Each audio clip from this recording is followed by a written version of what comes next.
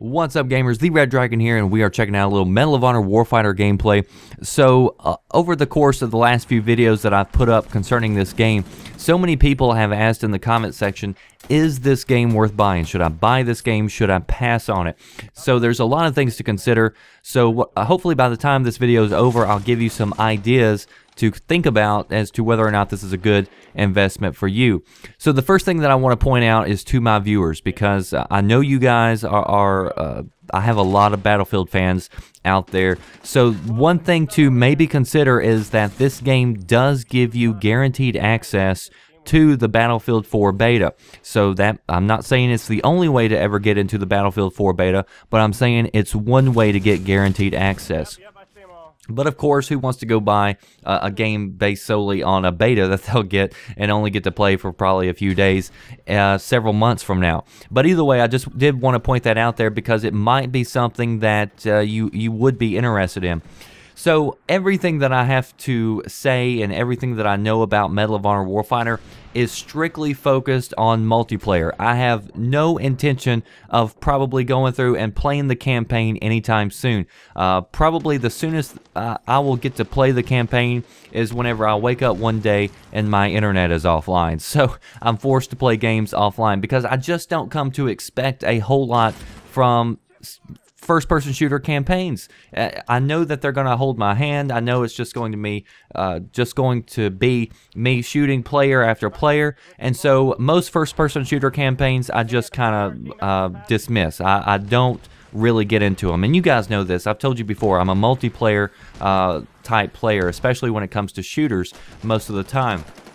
So, having said that, I will say that I do enjoy the Medal of Honor Warfighter multiplayer. I think the buddy system is great. The way it's set up is I can run up to my buddy and heal myself. As you'll see right here, see, I can heal myself, I can replenish my ammo. Same thing goes for my buddy. He can come and use me. Also, he can walk up to me and heal me without me having to do it. So you can really help each other out. You can really complement each other. The way we've been playing, me and Lost, is he's been running as more of a armor type guy. He's a little bit slower. I'm faster. I've got less armor. And so I kind of use him as my meat shield. So it works out really well. But in all seriousness, we've been having a blast playing this game. There's not that many multiplayer maps yet. Of course, there'll be DLC packs that'll come out. There's 8 maps, but there is a good variety of playlists and game modes. And so far, all the game modes and playlists that I've played, I've liked. And so I'll be doing future videos going more in depth over that sort of stuff. But first off, I mean, this video is about should I buy it, should I not buy it. You've seen the gameplay, you've heard me talk a little bit about it, so I'm not going to repeat a whole lot of stuff. But here's some things to think about. There are a lot of games coming out in the next few weeks. And I've told you before, I hate this time of year because there are always these blockbusters that, you know, there's nothing to play during the summer most of the time, and then they just dump a ton of great games on you here at the end. And so, you know, money doesn't grow from trees, and a lot of people are hurting, and so you've got to be smart with your money. You know, you want to buy something that you're going to play for a long time, and something that you're going to get your money's worth value out of it. So, consider this. Every year around this time, even though there's a lot of great games that come out and it really hurts your pocketbook, there are always also great deals that come out. Just right around the corner here in a few weeks, they'll be posting up deals like buy 2, get 1 free, buy 1, get 1 half off, or something like that, where you can probably save a ton of money if you hold off for some of these games. So what you've got to do as a consumer is figure out which games you have to have on day one. Is this a game that you have to have right this moment? I don't think so. I don't think that it does nothing earth-shattering that where, oh my god, everybody is online playing this game, you got to get this game right now.